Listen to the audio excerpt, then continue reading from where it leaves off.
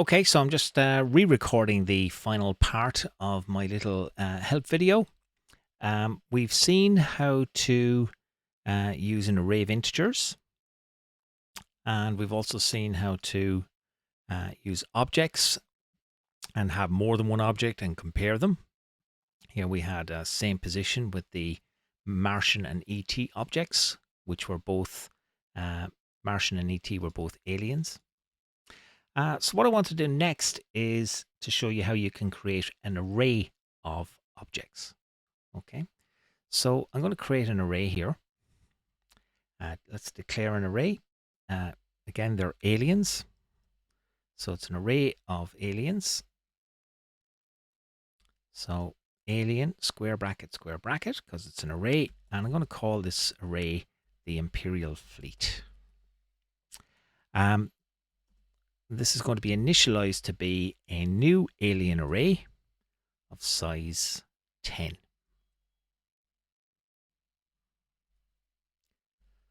Okay.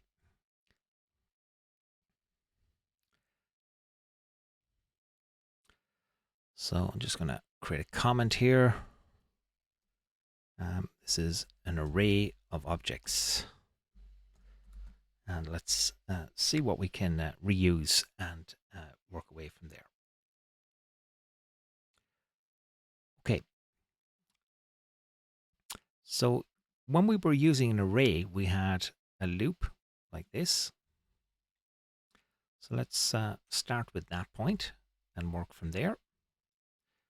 So we have this for loop. I'm just going to use my formatting here to tidy up.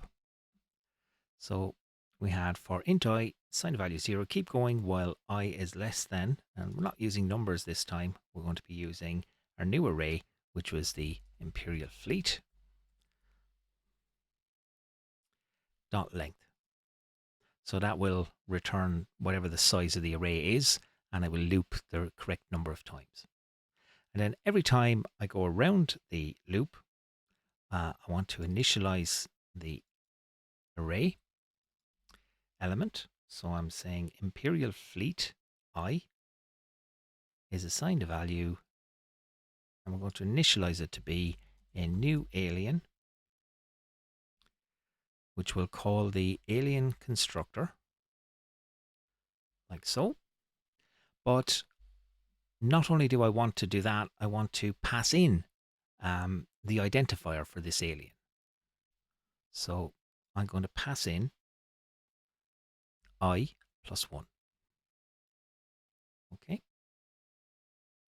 And I can get rid of that line of code. So you can see once you know how to use a loop and an array, you can reuse it, use it as a template if you like, and then just swap out the names like I've just demonstrated. Now we've got a problem here because it's looking for the alien constructor, and if I look at the alien constructor at the moment, it just has default values. It doesn't take any parameters. So again, what I'm going to do is I'm going to use that as a template, and I'm going to overload this constructor. So I'm going to create an overloaded constructor where I'm passing in the ID. So that means that I need to pass something inside the brackets here, and ID is an integer, which we can see from up here. So I'm passing in ID like so. Then we'll change this to this.id, and instead of just initializing it to 0, we can now set it to be whatever number is passed in. Okay. So we've now got an overloaded constructor. And then that matches up with what I'm doing here. I'm trying to pass in, for example, if I'm at the 0 index, I'm going to pass in 1. If I'm at the 9th index, I'm going to pass in 10. So it's always I plus 1. Okay. So what we might do then is, again, test what we were doing a moment ago. We had this thing, same position, which would compare two aliens to see if they were in the same position. I'm going to make use of that again, but I'm going to show you how to do it with an array. So we've initialized our array. Okay, that's the initialization. And now I'm going to use this again. But this time I'm going to tweak it slightly. So instead of starting at 0, I'm going to start at 1. And the reason I'm going to do that is because what I want to do this time is do a comparison. I want to compare, if you like, adjacent indices in the array.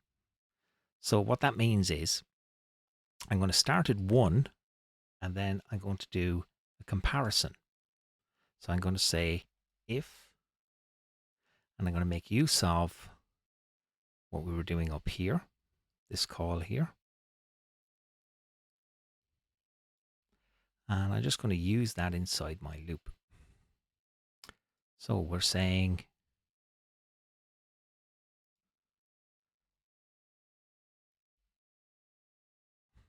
if same position, and instead of Marshall, I'm going to swap that out with passing in an element of our object array. And instead of ET, I'm also going to pass in an element of our object array, Imperial Fleet.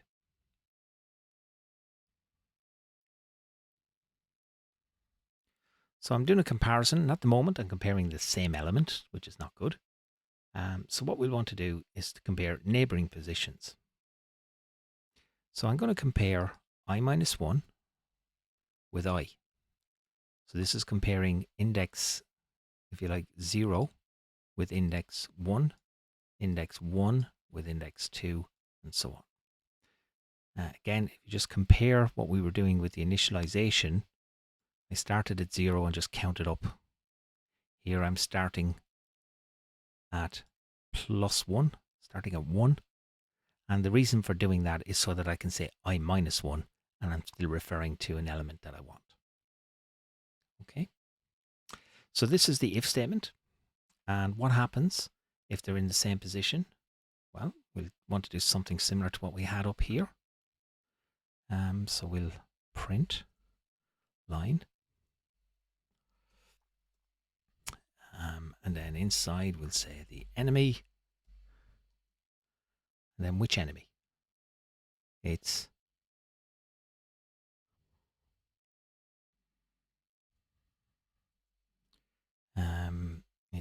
I plus 1. Sorry, I minus 1. So we know which enemy we're talking about. And then let's say is in the same position as enemy I. And of course, if it's not in the same position, then we'll have a default, else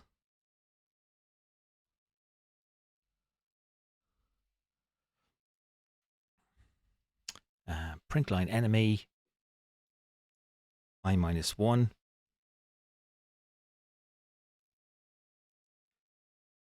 Let's simplify this, is breaking formation. Okay. That looks good.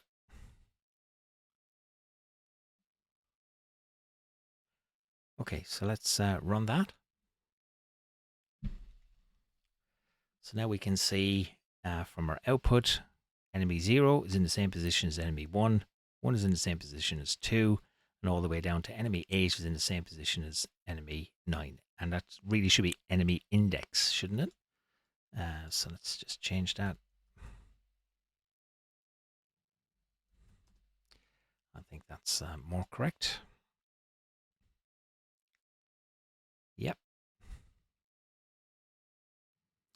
And we'll just tidy up that output just to demonstrate like so. Just putting in the spaces there. And just run that one more time. Okay, so that reads better. Okay. So let's test it. What if we were to change one of the uh, positions by accessing it? And we could do that like so. Uh, access an element, Imperial Fleet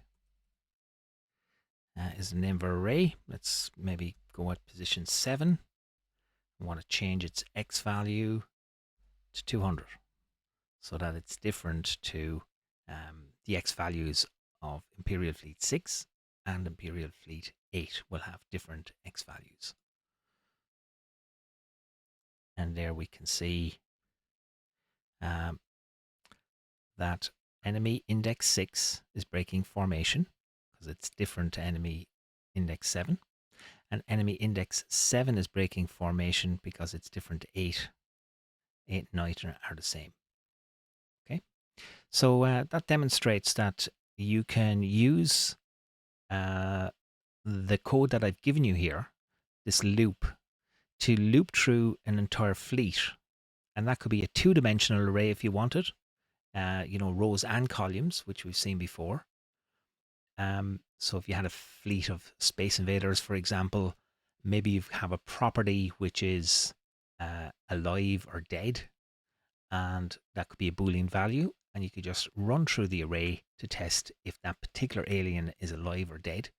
And then in your display method, if it was dead, then it would be invisible, for example. Okay, so hopefully that's going to help you with working out how to build your game. I might do one more thing before I finish, just to mention a few things. So what we've done here by accessing the .x property directly from a class other than where it was declared is breaking encapsulation rules. And really we're at the limits of what processing can do. Processing will allow you to put in keywords, but doing full encapsulation inside of processing, it's not what it was designed for, and that's why we're making the switch now to IntelliJ in classes. But if you wanted to, you could.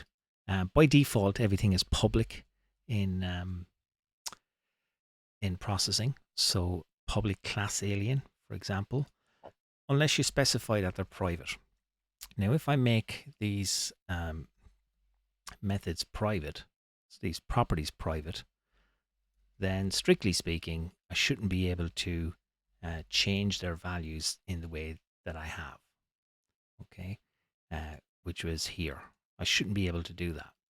Probably, let's see what happens.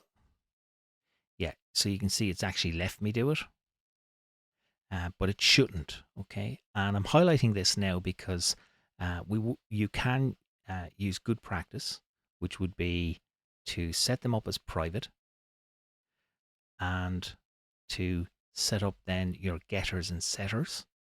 So again, let's take a look at how we might do that. So we'll create our getters, and we'd want to create a public method. For a getter, it returns a value, and the return types are float.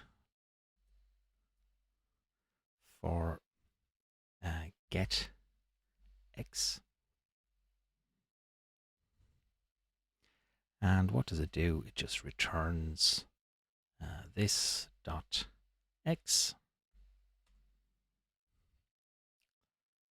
and that's the way we will do our getters.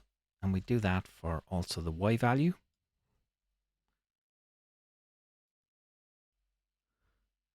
And we'd also want to do it for the ID.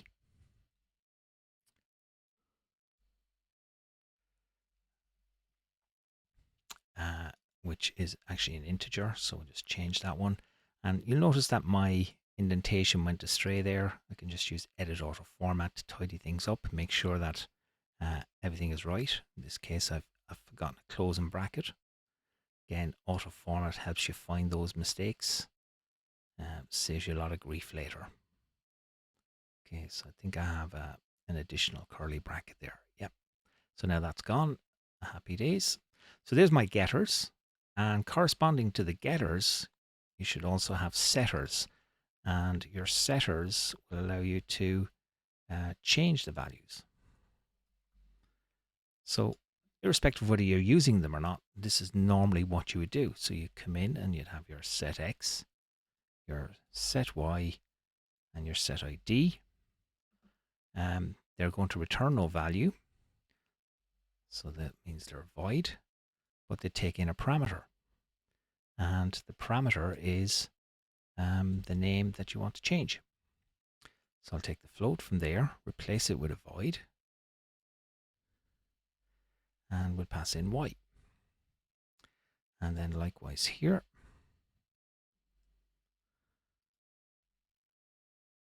And we'll pass in the ID. Now they're not returning values, they're actually changing values. So you'd be saying this.x is assigned a value x, this.y assigned a value y, and this.id is assigned a value the ID that you've passed in. So now you've got your setters and your getters set up.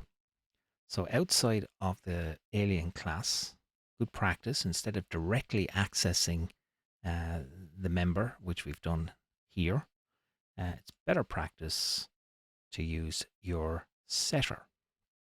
So we would be saying, instead of this line, comment that out,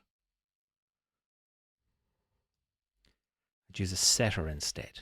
Okay, so I'd say Imperial Fleet 7 dot set X. It's a method. And what am I passing into the method? The number that I want to change it to. So I want to change it to 200. Okay, so that's what I would do there.